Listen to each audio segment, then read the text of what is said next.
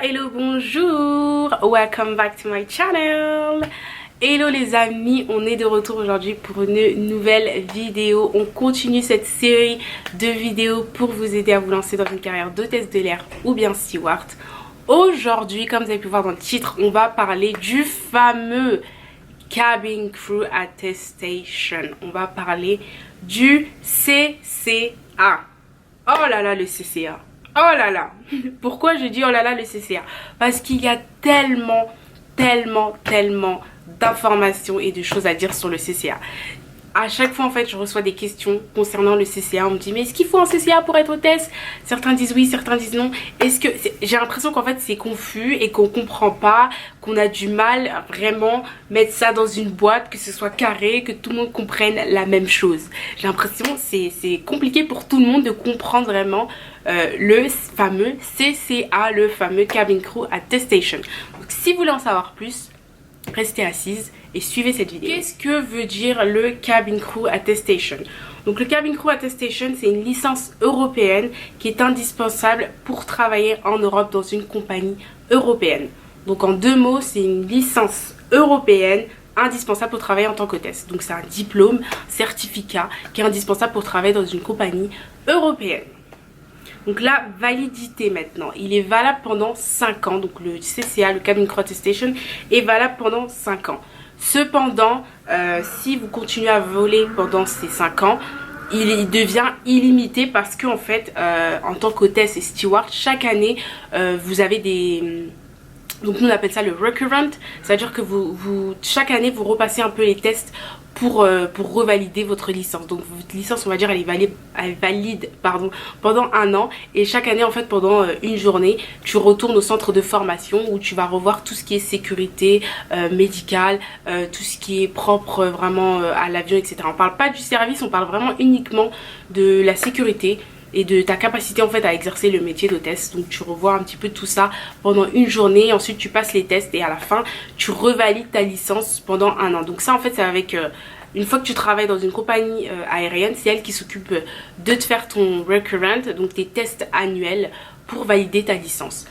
Si maintenant vous n'exercez pas et que vous avez passé un Cabin Crew Attestation, disons que vous avez passé par exemple un Cabin Crew Attestation en 2015 et que depuis 2015 vous n'avez pas volé, votre Cabin Crew Attestation il est valable jusqu'à 2020 sans voler. Mais si vous avez eu le Cabin Crew Attestation en 2015 et que depuis 2015 vous volez à chaque fois toutes les années et que vous renouvelez votre Cabin Crew Attestation, au bout des 5 ans, c'est-à-dire en 2020, vous n'avez pas besoin de repasser un CCA parce que chaque année, vous le renouvelez avec votre compagnie. Donc j'espère que c'est clair.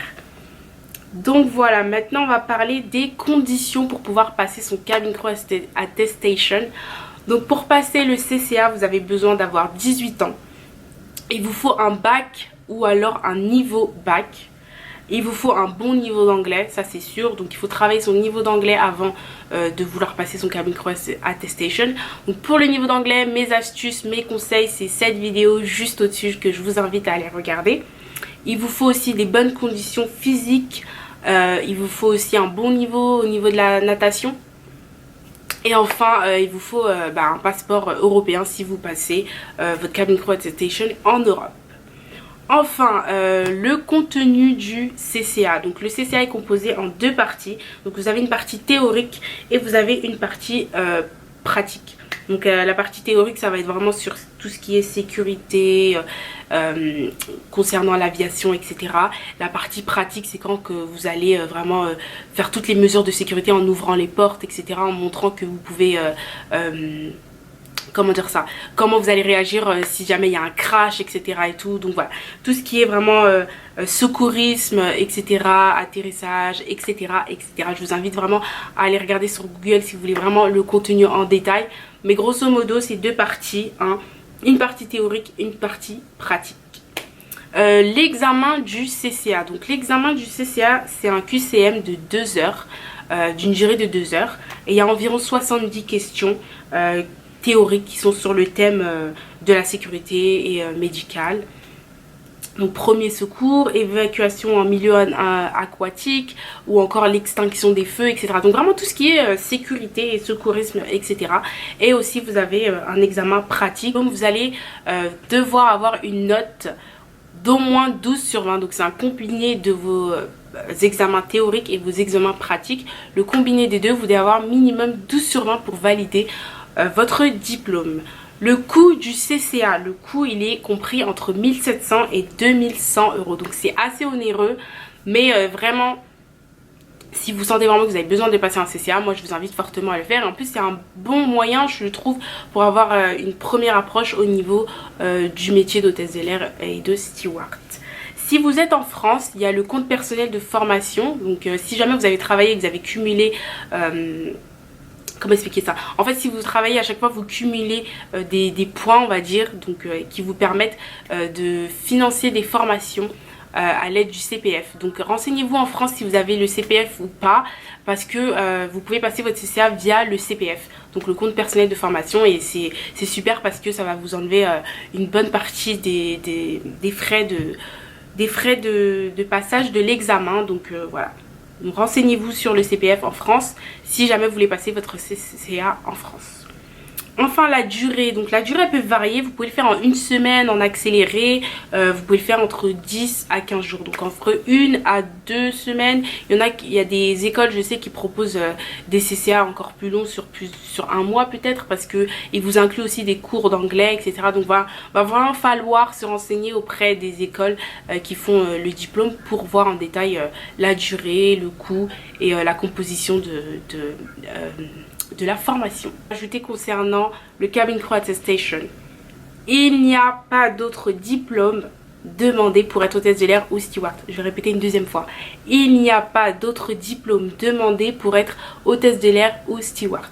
Troisième fois, il n'y a pas d'autre diplôme exigé pour être hôtesse de l'air ou steward.